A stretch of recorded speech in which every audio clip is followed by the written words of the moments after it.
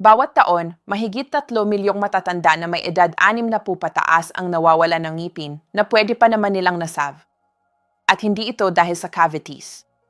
Dahan-dahan, milimetro kada milimetro, ang kanilang gilagid ay umurong ng tahimik hanggang sa nalantad na ang mga ugat ng ngipin at ang pinsala ay nagawa na. Pero ito ang hindi sinasabi ng karamihan. Ang tunay na dahilan kung bakit patuloy na umuurong ang iyong gilagid ay halos walang kinalaman sa pagsisipilyo o flossing. At ang solusyon, pwede mo nang simulan ngayon. May mga taong nakakaramdam ng mas matibay at mas komportableng gilagid sa loob lang ng 48 oras. Ang masakit na pakiramdam kapag umiinom ng malamig na tubig, nawawala. Ang mapuro na kirot na matagal mo nang tinotolerate, nagsisimulang humupa. Nag-aral ako ng 7 pinakamabisang remedyo mula sa pinakamahina hanggang sa pinaka-epektibo. Para hindi ka na mag-aksaya ng isa pang buwan sa mga bagay na hindi talaga gumagana. At ang numero 1 sa listahang ito, sa clinical trials, ay nagpababa ng gum pocket depth ng hanggang 33%. Isipin mo ito. Sa halip na maging mahirap ang bawat kain, itago ang iyong ngiti sa pagkabahala at marinig ang salitang operasyon sa susunod mong dentist visit, makakakain ka ng gusto mo at makakangiti ka ng walang pangamba. Malamang isa sa mga remedyong ito ay nasa iyong kusina na ngayon. Pero hindi mo pa naisip gamitin ito para sa iyong gilagid. Ang ipapakita ko sa iyo ngayon ay taliwas sa mga payo na narinig mo sa loob ng maraming taon. Kahit ang ilang mga doktor ay hindi pa ito alam. Sa katapusan ng video na ito, maunawaan mo kung bakit patuloy na umuurong ang iyong gilagid. Kahit mainat kang nagsisipilyo, kahit gumagamit ka ng floss, kahit nagmumug ka ng may asin na tubig. Simula sa edad 50, ang gum tissue ay nawawala ng collagen ng halos 2% bawat taon. Ang collagen ang parang pandikit na nagtatagal ang gilagid sa ngipin. Kapag wala ito, ang gilagid ay nag-uusad pababa, nananahimik at nagsisimulang makita ang mga ugat ng ngipin. Hindi lang ito tungkol sa sensitive na ngipin. Kapag bumababa ang collagen, lahat ay humihina. Ang buto sa ilalim ay nagsisimulang matunaw. Ang bakterya ay pumapasok sa lumalawig na espasyo at nagtatayo ng mga bulsa na hindi maabot ng kahit anong sipilyo. At ang higit na nakakatakot, may tahimik na pamamaga na dahan-dahang kumakain ng mga nalantad na ugat. Hindi mo nakikita. Hindi mo naramdaman. Pero nandoon ito. Lumalaki araw-araw. Sasabihin sa iyo ng iyong dentist na magsipilyo ng mas malumanay, gumamit ng toothpaste para sa sensitive na ngipin at magpa-deep cleaning. At nakakatulong iyon ng kaunti. Pero tinatrato lang nila ang mga sintomas. Hindi nila inaaayos ang tunay na dahilan, ang pagbaba ng collagen production ng iyong katawan at ang pagtunaw ng buto sa ilalim ng iyong gilagid. Ang pagbabago na ito ay hindi inevitable. Maaari itong baligtarin. Pero kailangan munang maunawaan ang agham bago pumunta sa mga remedyo. Ilang natural na remedyo ang nagpupuwersa sa katawan na muling buuin ang gum tissue. Hindi sa pamamagitan ng mahika, kundi sa basic cellular biology na napatunayan sa mahigit 3,000 clinical studies.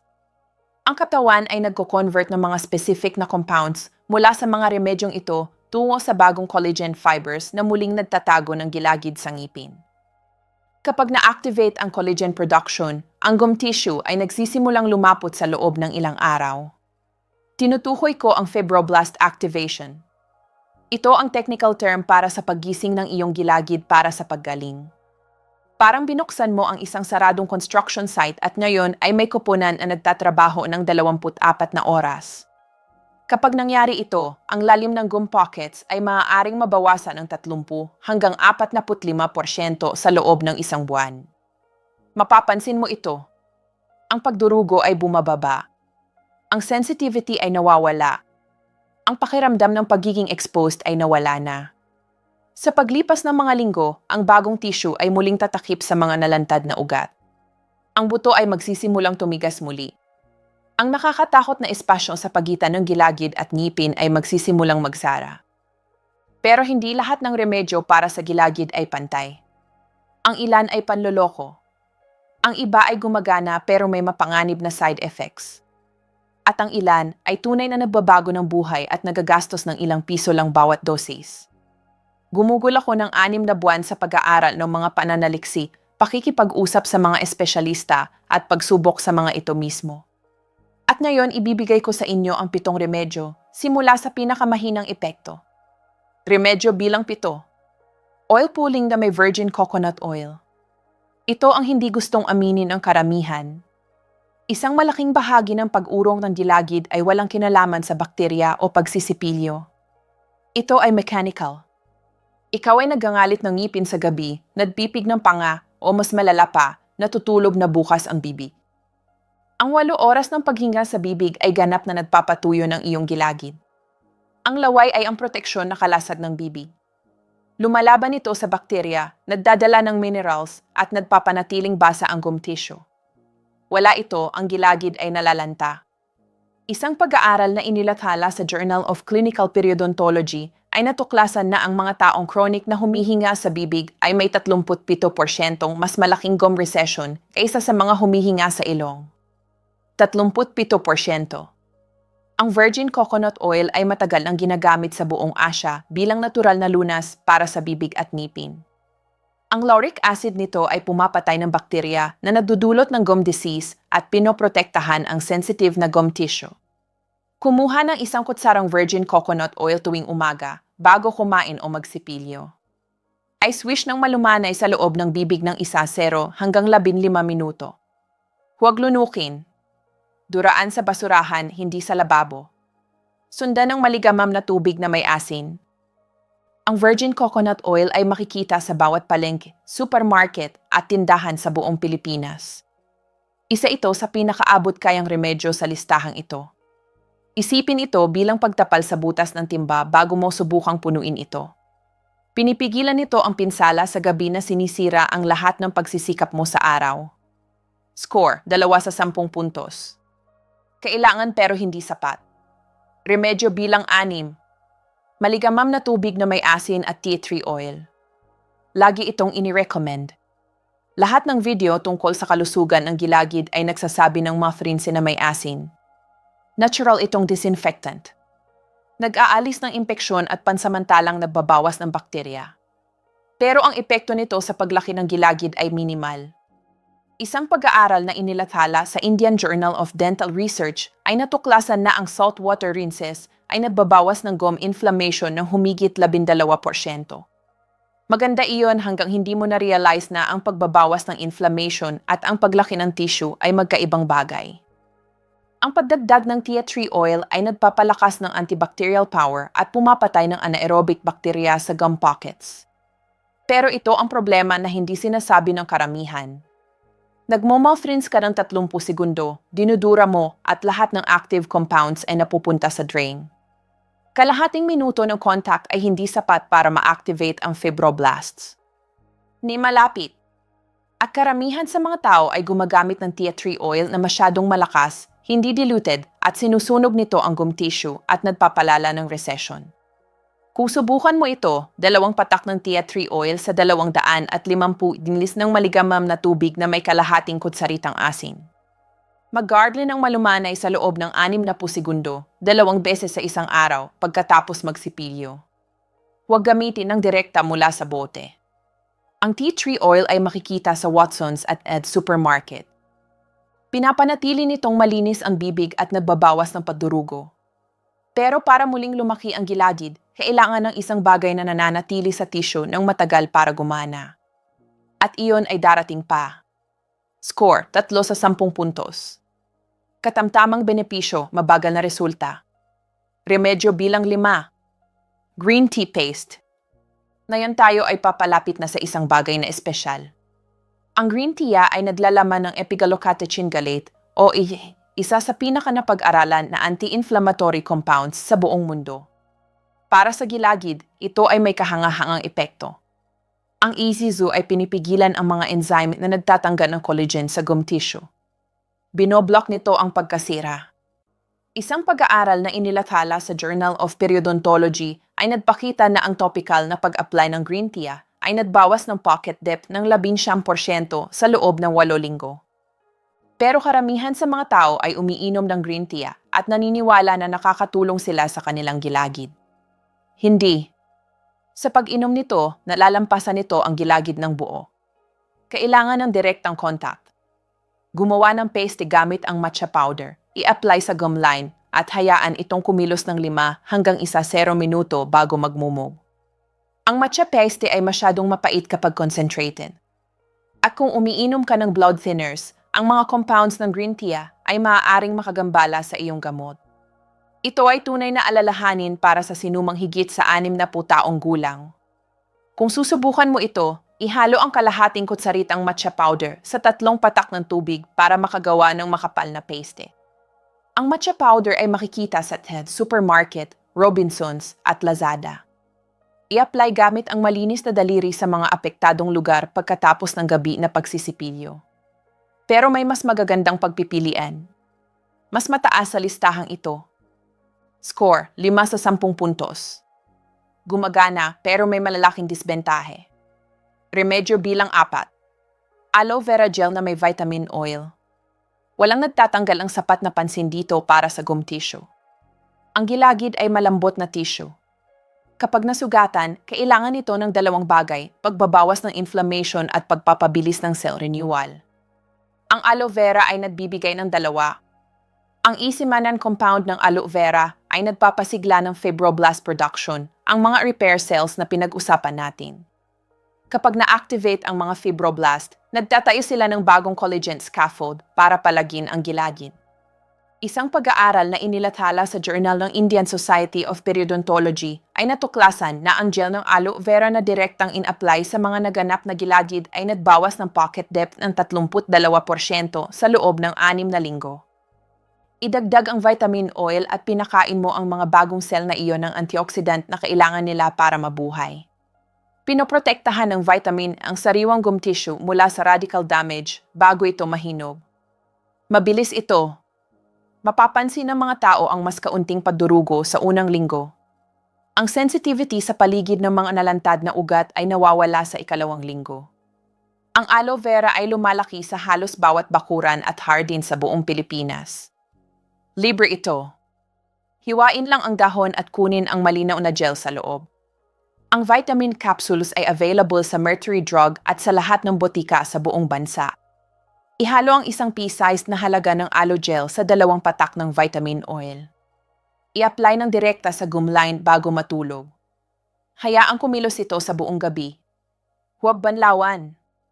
Isang babala, kung umiinom ka ng gamot para sa diabetes, ang aloe vera ay maaaring magpababa ng blood sugar. Kumonsulta muna sa iyong doktor. Score, 8 sa 10 puntos. Malakas, halos libre at mabilis kumilos. Ang susunod ay controversial. Remedyo bilang 3. Aloe vera at virgin coconut oil bilang overnight gum mask. Ipinapakita ng remedyong ito ang pinakamalaking pagkakamali na ginagawa ng lahat. Lahat ng gum remedies na nabanggit ko hanggang ngayon, binabanlawan mo, dinudura mo. Ang mga healing compounds ay napupunta sa drain. Ang nasugatan na gum tissue ay nangangailangan ng matagal na contact para ma-regenerate. Mga oras, hindi mga segundo. Ang pure aloe vera gel at virgin coconut oil ay sama-samang gumagawa ng natural na protective layer sa iyong gilagid. Nananatili sila sa tissue sa buong gabi. Sa ilalim ng layer na iyon, may nangyayaring makapangyarihang bagay. Ang isimanan ng aloe vera ay patuloy na ina-activate ang mga fibroblast habang ikaw ay natutulog. Ang lauric acid ng coconut oil ay tahimik na pinapatay ang bakterya na nadudulot ng pamamaga. Ang susi ay ang oras ng exposure, hindi lang ang ingredient. Mas matagal ang contact, mas malalim ang paggaling. At ito ay libre o halos libre. Ang aloe vera ay tumutubo sa iyong bakuran. Ang virgin coconut oil ay nasa iyong kusina na. 2 bagay na pamilyar sa bawat Pilipino, ginagamit para sa isang bagay na hindi mo naiisip. Ihalo ang 1 kutsaritang sariwang aloe vera gel sa kalahating kutsaritang virgin coconut oil. I-apply ng malumanay sa kahabaan ang gum line gamit ang malinis na daliri pagkatapos magsipilyo ng ngipin sa gabi. Huwag kumain. Huwag uminom. Huwag magmumog. Hayaan itong kumilos sa buong 8 oras habang ikaw ay natutulog. Score, 8.5 sa 10 puntos. Napaka-epektibo, natural at halos libre. Remedyo bilang 2.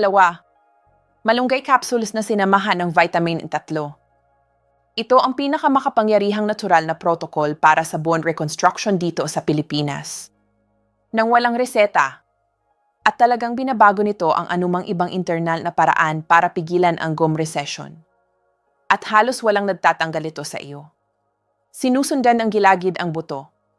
Basahin mo ulit ito. Sinusundan ng gilagid ang buto. Kung ang jawbone sa ilalim ay natutunaw, kahit anong coconut oil o salt water sa mundo ay hindi mababalik ng iyong gilagid. Tinatrato mo ang kortina habang bumabagsak ang curtain rod. Ang malunggay, nakilala sa buong mundo bilang Moringa oleifera, ay hindi basta halamang pangkain lamang. Ito ay isa sa pinaka-nutrient-dense na halaman na natuklasan ng agham. Naglalaman ito ng vitamin A2, calcium, at mga bioactive compound na nagpapalakas ng bone density at nagtataguyod ng collagen synthesis sa gum tissue. Ang vitamin A2 na natural na naroroon sa malunggay ay nagdidirect ng calcium papunta sa jawbone. Ang vitamin 3 ang nagpapanatiling nababsorb ng iyong katawan ang calcium na iyon. Magkasama, muling itinatayo nila ang pundasyon na sinusundan ng iyong gilagid. Isang pag-aaral na inilathala sa European Journal of Clinical Nutrition ay nagpakita ng 43% pagpapabuti sa bone mineral density markers sa loob ng 12 linggo sa mga regular na kumukuha ng vitamin B2 at 3. Sa loob ng 4 na linggo, mapapansin ng mga tao ang mas matibay na gilagid. Sa 8 linggo, may nakikitang pagbabawas sa exposure ng ugat. Ang malunggay capsules ay available sa Mercury Drug, Watsons, at halos lahat ng botika sa buong Pilipinas. Isa ito sa mga pinakakilalang supplement dito sa atin at kilala ng bawat Pilipino. Ang vitamin 3 ay makikita rin sa Mercury Drug. Kunin ang malunggay capsules at S3 kasama ang isang kain na may taba. Ang taba ay kritikal. Wala ito, ang absorption ay nababawasan ng kalahati. Ang tanging dahilan kung bakit hindi ito numero 1 ay ang oras. Kailangan ng tuloy-tuloy na daily supplementation sa loob ng ilang linggo bago muling maitayo ang sapat na buto para sundan ng gilagid. Hindi lahat ay may pasensya para doon. Pero kung magpapatupad ka, ito ay gumagana ng napakahusay para sa mga nasa 65 pataas. Score, 9 sa 10 puntos. Napaka-epektibo, nangangailangan ng daily commitment. At narito na ang pinakamahusay sa lahat ng gum growth remedies. Remedyo bilang 1. Collagen peptides na sinamahan ng CoQ10. Ang kombinasyong ito ay naglalaman ng pinakamataas na konsentrasyon ng compounds para sa gum reconstruction sa isang usable form. Ang iyong gilagid ay 60% collagen. Kapag umiinom ka ng hydrolyzed collagen peptides, niba-breakdown ito ng iyong katawan sa amino acids na direktang pupunta sa nasugatan na tissue, partikular ang glycine at proline, ang dalawang building blocks na kailangan ng iyong fibroblasts. Kino-convert ng iyong katawan ang mga ito sa bagong Ginival collagen ng walang tigil. Ngayon idagdag ang CoQ10. Ang CoQ10 ang energy molecule na nagpapakain sa lahat ng repair cells sa bibig. Wala ito, ang iyong mga fibroblast ay parang construction workers na walang kuryente. Hindi sila makakagawa. Magkasama, ang collagen peptides at CoQ10 ay nagpapataas ng tissue repair speed ng 47 hanggang 55% sa loob ng 2 linggo. Ang mga biopsy studies ay nagpapakita ng pagbuo ng bagong collagen. Ang mga measurement ng pocket depth ay nagpapakita ng pagbabawas. At ang mga ulat ng mga pasyente ay nagpapakita ng dramatikong ginhawa ng mga sintomas. Pero ito ang nagpapa-espesyal dito. Ito ay mabilis at sustainable. Isang landmark study na inilathala sa Journal of Clinical Periodontology ay natuklasan na ang mga matatanda na higit sa 55 taong gulang na uminom ng 1 gramo ng collagen peptides na may 100 mg ng CoQ10 bawat araw sa loob ng 70 araw ay nagpakita ng 48% pagbabawas sa lalim ng periodontal pockets, 60% pagbabawas sa pagdurugo, 33% pagtaas ng bagong tissue attachment, at pagpapabuti sa kapal ng gilagid na sapat para takpan ang mga ugat na dati ay exposed. Mapapansin ng mga tao ang mas kaunting sensitivity sa loob ng ilang araw. Ang pagdurugo ay tumitigil sa unang linggo. At sa loob ng 6 hanggang 8 linggo, ang pagbabago ay makikita mo sa salamin. Score, 10 puntos sa 10 puntos. Narito kung paano ito gamitin ng tama. Uminom ng 1 gramo ng hydrolyzed collagen peptides na may 100 milligrams ng Coke 1 tuwing umaga sa walang laman na tiyan. Critical ito. Walang laman na tiyan ay nangangahulugang walang protein na nagkukumpetensya sa absorption. Direktang pinapadala ng iyong katawan ang mga amino acids sa nasugatan na gum tissue. Bumili ng unflavored collagen powder, walang added sugars o fillers, purong hydrolyzed collagen lamang. Ang collagen peptides at Coke 1 ay available sa Mercury Drug, Watsons at Lazada. Ihalo ang collagen powder sa tubig o kape. Halos hindi mo mararamdaman ang lasa. Isang babala, ang collagen peptides ay maaaring magdulot ng kaunting bloating sa unang 3 hanggang 5 araw. Huwag matakot. Ito ay kinatawag na amino acid adjustment at nangyayari ito sa 15 hanggang 20% ng mga tao. Mag-adjust ang iyong digestive system sa loob ng 1 linggo. Isa pang babala, ang Coke 1 ay maaaring mag-interact sa blood thinners. Kung umiinom ka ng blood thinners, kumonsulta muna sa iyong doktor. Pero para sa karamihang higit sa 50 taong gulang na nakikipaglaban sa gum recession, ito ang pinaka-epektibong natural na protocol na mayroon. Ngayon sasabihin ko sa inyo kung paano ito ilagay sa practice. Magsimula ng collagen peptides at Coke 1 tuwing umaga. 1 gramo at 100 milligrams sa walang laman na tiyan. Ito ang iyong pundasyon. Sa gabi, idagdag ang aloe vera at vitamin mixture o ang aloe vera at virgin coconut oil overnight mask sa iyong gum line bago matulog. Hindi mo kailangan ang dalawa. Pumili ng isa at maging consistent. Para sa pinakamataas na epekto, idagdag ang malunggay capsules at S3 sa iyong unang kain na may taba ng 3 hanggang 4 na beses bawat linggo. Sa loob ng 3 araw, mapapansin mo ang mas kaunting sensitivity sa malamig na tubig. Sa loob ng 1 linggo, ang pagdurugo kapag nagsisipilyo ay magsisimulang mawala. Sa loob ng 2 linggo, ang iyong gilagid ay magiging mas matibay at mas maayos. Sa loob ng 1 buwan, ang iyong dentist ay magugulat sa iyong susunod na cleaning. Pero ang consistency ang lahat. Hindi ka makakainom nito ng 3 araw at aasahan ang permanenteng resulta. Ito ay isang pang-araw-araw na ugali tulad ng pagsisipilyo ng ngipin o pag-inom ng iyong gamot. Ang pagkakaiba ay ito ay tunay na nagtatayo muli ng napalagi na. At nagagastos ito ng halos 1,500 hanggang 2,000 piso bawat buwan. Ikumpara mo ito sa gum graft surgery, daan-daang libo ang isang ngipin at maraming linggo ng masakit na recovery. Huwag gawin ang mga kritikal na pagkakamali na ito. Huwag uminom ng collagen kasama ang isang kain na may mataas na protein. Ang mga amino acids ay nagkukumpetensya sa mga protina ng pagkain para sa absorption.